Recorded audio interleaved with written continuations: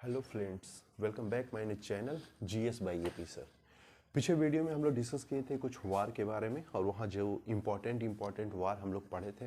आज पढ़ते हैं कुछ भूमि बंदोबस्त जो ब्रिटिशों ने भारत में किया है, क्योंकि ब्रिटिशों ने जहाँ से जितनी कमाई या जितना लूट भारत में कर सकते थे ना, उतना लूट उन्होंने करने की कोशिश की है। कहते हैं भारत के सबसे बड़े भूभाग पे जो राज रहा है वो मौर्य साम्राज्यों का रहा है, लेकिन उनसे भी बड़े भूभाग पे राज किया है इन अंग्रेजों ने।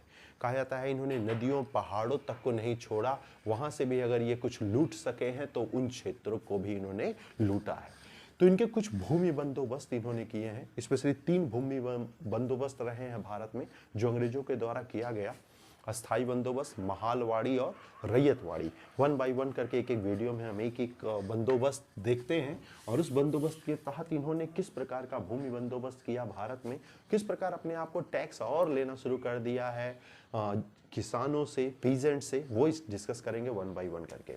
तो सबसे पहले बात करते हैं भारत में लाया गया पहला बंदोबस्त, जिसे आप अस्थाई बंदोबस्त के नाम से जानते हैं। कुछ इसी अस्थाई बंदोबस्त को जमींदारी बंदोबस्त के नाम से भी जानते हैं। सारे नाम नोट कर लीजिएगा क्योंकि पूछे जाते हैं।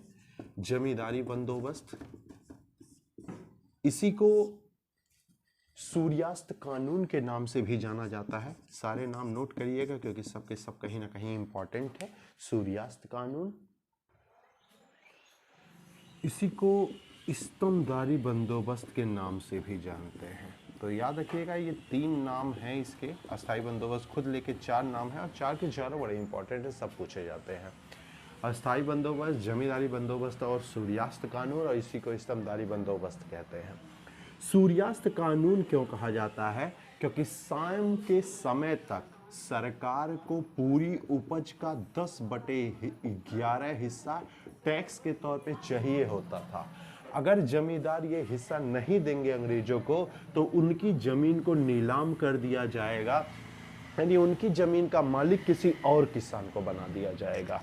यानी इस सेंटेंस से एक बात तो क्लियर हो गई, और ये वो हुई कि यहाँ पे यानी अस्थाई बंदोबस्त में जो जमीन का मालिक है ना, ये जमीन का मालिक जमींदार को बनाया जाता था और रैयत उनके अंदर काम किया करते थे। रैयत मीन्स आपके किसान, यानी किसान काम करेंगे और जमींदार उनकी भूमि का मालिक होगा। यानी जमींदार किसानों के द्वारा खेती कराएगा और जो भी उपज होगा उसका 10/11 हिस्सा अंग्रेजों को एज ए टैक्स के तौर पे देगा।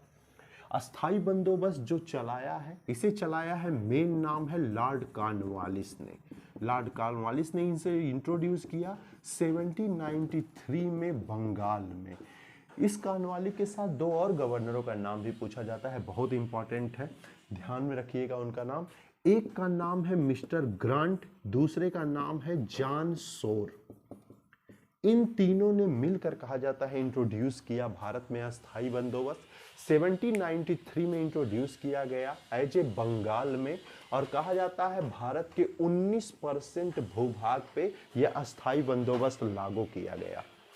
मकसद केवल एक, जितना फायदा ब्रिटिश गवर्नमेंट उठा सके उतना फायदा उठाए, क्योंकि अन्य चीजों से तो अच्छा खासा प्रॉफिट आ रहा था। अब इन अंग्रेजों की नजर किसानों के जमीन पर पड़ी और उन्होंने उनके उपज का 10/11 हिस्सा एज ए टैक्स के तौर पे लेना शुरू कर दिया। जमीन के जो मालिक है वो जमीन के मालिक अब जमींदार हुआ करते थे। रैयतों को जमीन का मालिक नहीं बनाया गया।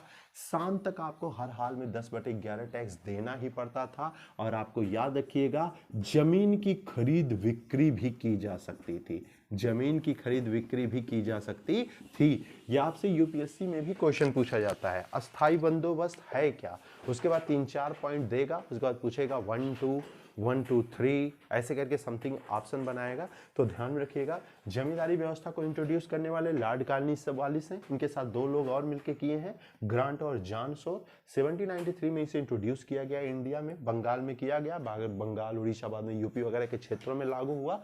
भारत के 19% क्षेत्र पे ये फैला हुआ था। जमीनों का जो मालिक है वो जमींदार को बनाया गया। रैयत यानी किसान उन जमींदारों के अंडर में रहेंगे जो केवल खेती का काम करेंगे। 10/11 हिस्सा हर हाल में आपको अंग्रेजों को एज ए टैक्स के तौर पे देना होगा। यही है आपका पहला भूमि बंदोबस्त, जिसे अस्थाई बंदोबस्त के नाम से भी जाना जाता है, जहां मालिक जमींदारों को बनाया गया। दो और बंदोबस्त है, उसके बारे में डिस्कस करेंगे हम लोग आगे के वीडियो में।